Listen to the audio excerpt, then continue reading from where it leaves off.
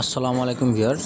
আজকে আমাদের ঐতিহ্যবাহী রাজশাহী চিড়িয়াখানাতে ঘুরতে গিয়ে এই যে এই দোলনাতে উঠছিলাম।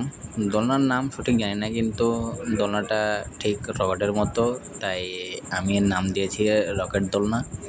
এখানে উঠে আমি আসলে খুব মজা পেয়েছি।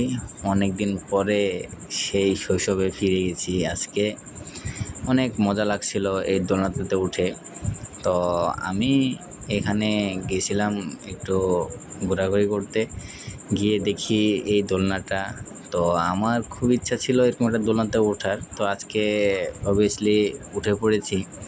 তো এখানে উঠে আমি আসলেই খুব মজা পেয়েছি। যদি আপনারা কেউ এই রাজশাহীতে গিয়ে থাকেন, অবশ্যই দোলনাতে চড়বেন, দেখবেন আপনারা খুব মজা পাবেন। এবং আপনাদের ছোট ফ্যামিলিতে যদি কেউ থাকে, মানে ছোট বাচ্চা কাচ্চা যদি কেউ থাকে, তাহলে নিয়ে যাবেন, অবশ্যই তারা মজা পাবে।